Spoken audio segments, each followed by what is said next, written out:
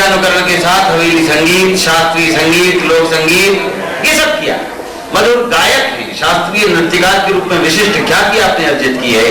ऐसे स्वामी और विश्वविख्यात भागवत व्यास पंडित श्रीनाथ जी स्वामी पुराणाचार्य से श्रीमद् भागवत का गहन ज्ञान प्राप्त किया।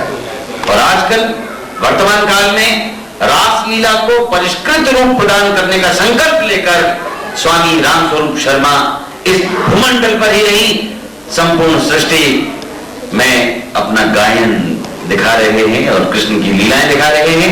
भारत सरकार ने आपको पद्मश्री की उपाधि से भी अलंकृत किया है। तो ऐसे स्वामी रामस्वरूप शर्मा रासलीला व रामलीला की प्राचीन परंपराओं को समयानुसार परिष्कृत करने वाले, गरिमा देने वाले, उस मर्यादा को जीवंत रखने वाले, तन मन से समर्पित ऐसे महान व्यक्तित्व को श्याम ब्रज विभूति सम्मान 2005 से सम्मानित करते हुए हम स्वयं को गौरवान्वित अनुभव कर रहे हैं। मैं चाहूंगा कि आदरणीय मुरारीलाल गर्ग जी जाएं और मनोहर लाल जी को शॉल दें, विष्णु जी सिंगल साहब को दें, माल्यार्पण हो, शॉल अर्पण हो। और ये जो राशि है, जो मैं नहीं चाहूंगा कि बताई जाए इतने बड़े बड़े दानदाताओं के बीच में इस राशि का उल्लेख करना कोई बहुत महत्वपूर्ण नहीं है, लेकिन लिफाफे में जितना है पंडित को जितना मिल जाए उतना ठीक है। तो मैं इस राशि का उल्लेख कर भी देता हूं, क्योंकि यहाँ इतने बड़े बड़े महान लोग हैं, मुझे संकेत किया गया है कि मैं ना बताऊं कि कितना है, लेकिन ये हमारा पानफूल है जो ब्रज कला केंद्र ने दिया है और हर वर्ष दिया जाता है। मुझे सोचा कि ये बड़ा कवि है तो बोले इनको श्रद्धांजलि देंगे श्री मुरारीलाल गर्ग जी, तो मैं भी श्रद्धांजलि प्राप्त कर चुका हूं, ऐसी कोई बात नहीं है। राधे राधे। तो आप बैठे स्वामी रामस्वरूप शर्मा जी से अनुरोध करूंगा कि यूं हम गाएंगे और लीला भी देखेंगे। हम स्वामी रामस्वरूप जी से अनुरोध करते हैं कि वे आशीर्वचन के तौर पर दो शब्द हमारे अपने ही सब ब्रजवासी आज इस कार्यक्रम में सम्मिलित हुए हैं। होली के महोत्सव में पता नहीं कौन ने कहां कहां कैसे कैसे सम्मान किया कराया, परंतु मेरा सम्मान ये नहीं होना चाहिए था। कारण सम्मान तो उनका होना चाहिए जिन्होंने इस ब्रजराज को इस धुरी पर पहुंचा करके और इतना ऊंचा उठा दिया कि वो जो आकाश को आज छू रहा है। और हमारे अशोक चक्रधर जी क्षमा करेंगे, एक बात भूल गए, वो चाहे कोई कुछ भी कहता रहे, परंतु वो मेरे पिताश्री स्वामी श्री मेघश्याम जी शर्मा, वो मेरे पिताजी हैं। उन्होंने रासलीला के लिए जो कार्य किया उतना बड़ा कार्य आज तक कोई भी लीला करने वाला नहीं कर सकता। उनकी रचनाएं आज भी ब्रज की कोई ऐसी मंडली नहीं है जो उनकी रचनाओं के बिना एक भी कोई लीला कर सके। क्या मतलब इसलिए जी चलेंगे अपने डालमिया परिवार से श्री यदुवरी जी डालमिया और उनकी सौभाग्यवती पत्नी श्री बेला जी पधारी है।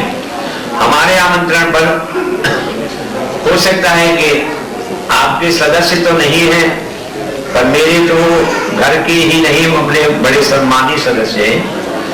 ऐसा समझिए कि पूज्य बाबा श्री स्वामी गुरुश्याम जी महाराज के आशीर्वाद से तो ये मंडली चली, और इसको चलाने में सबसे बड़ा योगदान है तो डालमिया परिवार का है।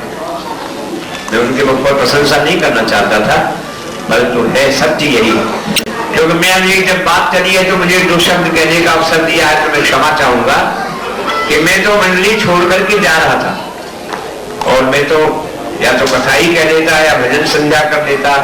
और सबसे अच्छी बात ये कि रेडियो में सर्विस कर रहा था, जा रहा था मैं। परंतु मेरे बाबा ने, मेरे गुरुदेव ने एक बात मुझसे कही, मेरे बाबा आज्ञा कीजिए मैं क्या करूं। तो उन्होंने कहा कि आप क्यों छोड़ करके जाना चाहते हैं ठाकुर की लीला। मैंने कहा कि यहाँ बड़ी कठिनाई है, क्योंकि 40-50 पात्रों को रखना और उनके मध्य में ऐसे योग में खर्चा चलाना बड़ा कठिन काम है।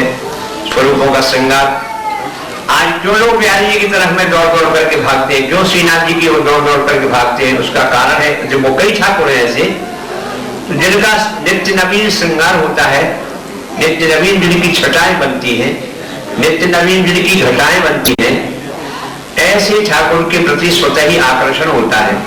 यदि हम रासलीला में नित्य नित्य अच्छा श्रृंगार धारण नहीं कराएं, ठाकुर को अच्छे रूप में उनको दर्शन नहीं कराएं, तो कौन देखने आएगा। भाई ठाकुर भी तो लक्ष्मी जी के बिना शोभा थोड़ी पाता है। तो बाबा ने कहा मैंने कि बाबा ऐसी बात है, आप जैसे आज्ञा करें। तो बोले देखिए आपकी इच्छा है, आपके पिताजी आदेश कर रहे हैं तो बात दूसरी है, परंतु मैं कहता हूं कि यदि आप रासलीला छोड़ देंगे तो एक तो सबसे पहले आपसे ब्रज छूट गया। आप दिल्ली में जाकर के रहेंगे या कहीं भी जाएंगे तो ब्रज आपसे छूट गया। दूसरे ब्रज रथ छूट गई। तीसरे जो रासलीला के जो भक्त हैं वो कोई न कोई लीला में ऐसा कोई दर्शक भक्त आएगा जिसका आशीर्वाद आपको अवश्य मिलेगा, तो उस आशीर्वाद से भी वंचित हो जाएंगे। फिर इसके द्वारा संतों की सेवा होती है और उन संतों की सेवा में जो दर्शन करने वाले लोग हैं, हमारे देवीदास जी बैठे हैं, महाराज श्री गुरुशरण जी महाराज का कितना बड़ा आशीर्वाद है। बाबा उनका हाथ पकड़ा गए थे, आज भी उसका निर्वाह कर रहे हैं। कुछ कारण है, उसका कारण यही है कि संत ही संत की भाषा को जानता है, संत ही संत की बात को जानता है, भक्त ही भक्त की बात को जानता है। क्या भक्त की बात को या ठाकुर जानता है या ठाकुर का भक्त जानता है। तो पहले ही कह गए थे कि आप जिसके कारण से जा रहे हैं, रेडियो में गाने से आपको बहुत बड़ा यश मिलेगा, मैं मानता हूं इस बात को, रुपया अधिक मिलेगा बहुत, मैं मानता हूं इस बात को, परंतु रुपया तो भाग्य से मिलता है। परंतु यश की बात यदि कर रहे हैं तो आप रासलीला करिए, मेरी बात मान करके आप रासलीला करिए तो आपको अपने आप ही इतना बड़ा यश मिलेगा कि आप उससे संभाल नहीं पाएंगे। और मैं आपके चरणों में विनम्र निवेदन कर दूं, पूज्य बाबा महाराज का आशीर्वाद आज जिसके लिए मेरा सम्मान कर रहे हैं वो पद्मश्री रुद्रा से नहीं खरीदी जाती, वो संत के आशीर्वाद से ही मिलती है। उन्हीं का आशीर्वाद आज काम आया और रासलीला के लिए इस पद्मश्री का सम्मान मिला। और कहां रासलीला और कहां पद्मश्री, तो बात बड़ी नहीं है, परंतु उस पर सोचें और विचारें तो एक संत की आज्ञा का पालन करना सबसे बड़ा जीवन का ध्येय बन जाए तो उससे सब कुछ मिल जाता है। बंधुओं, आपने मेरा सम्मान नहीं किया है, मेरे पूज्य बाबा, मेरे गुरुदेव और महाराज जी और सभी भक्त जन जो लीला के दर्शक हैं उनका सम्मान किया है, पूरे ब्रज का सम्मान किया है, पूरे उत्तर प्रदेश का सम्मान किया है और पूरे भारत का सम्मान किया है कि जिसमें आज भी हमारे ब्रजवासियों ने ब्रज भाषा को जीवित रखा। मेरे ब्रजवासी लोग जब ऐसे बोलते हैं, आपस में जब बात करने में ब्रज भाषा बोलते हैं तो बहुत आनंद आता है। आप तो यहाँ ब्रज भाषा का ही प्रयोग करें, मैं खुद ही जब हिंदी बोल रहा हूँ तो आप कहेंगे आप क्यों बोल रहे हैं। तो बहुत से लोग ऐसे हैं जो नहीं समझ पाए और हमारे ब्रज के पद्यों में आप जब सुनेंगे तो आप अपने आप समझ जाएंगे कि ब्रज की रासलीला ब्रज भाषा में ही होती है और इस परंपरा को हम सुरक्षित रखे हुए हैं। यदि आप कहें कि इस परंपरा में क्या रखा है तो वो परंपरा के बात मैं कह चुका हूँ और आप आनंद से देखेंगे और ठाकुर में श्रद्धा भाव से देखेंगे। कुछ मर्यादाएं होती है, मर्यादाओं को पालन हम लोग करते आए, करते रहेंगे, उसको छोड़ नहीं सकते। तो ये ठाकुर को जब श्रृंगार धारण हो जाता है तभी नहीं, उसके पश्चात भी उनको भगवत स्वरूप ही मानते हैं, ऐसा मान करके हम लोग लीला करते हैं। इसीलिए आज भी रासलीला का अपने आप में बड़ा महत्व है। मैं तो हमारे भगत जी और ये विष्णु जी और मनोहर लाल जी सब पहुंच गए तो इसलिए मैंने स्वीकार कर लिया, परंतु आपको शायद मैं बता दूं, आप ये ना समझे कि मेरा गला खराब हो रहा है। गला खराब नहीं हो रहा है, आज मुझे इस समय ठीक 32 घंटे हो गए मैं सोया नहीं, और प्रसाद भी आपने भले ही दाल बाटी उड़ाई होगी, पर मुझे अभी तक मैसर नहीं हुई है। मुझे कुछ दूध चाय भी मिल जाती, पर वो भी नहीं मिली, क्योंकि मैं बाहर की पीता नहीं हूं, कहीं घर से आती तो पी लेता। तो अब ये आपकी कृपा है और ठाकुर की कृपा है कि इतनी अवस्था में भी आज मैं जो कुछ बोल सकूंगा वो केवल आपके आशीर्वाद से, बाबा के आशीर्वाद से, ठाकुर के आशीर्वाद से ही बोल पाऊंगा। आप ये न समझे, जब कभी मेरा गला ठीक हो तो मैं आपको सुनाऊंगा, और आप आश्चर्य करेंगे। गलासीदा के जो पद्य हैं वो अपने आप में इतने अद्भुत हैं, उसे कोई भाषा उसके ऊपर प्रभाव नहीं डाल सकती। आइए हम कुछ एक दो पद उसमें भी सुनाएंगे, और ब्रजभाषा तो है ही है, ब्रजभाषा में तो आप पद्य सुनेंगे, रसिया सुनेंगे, बहुत आनंद आपको आएगा। मैं आपसे क्षमा चाहता हूँ, कुछ देर हो गई और मैंने इतना देर बोल दिया।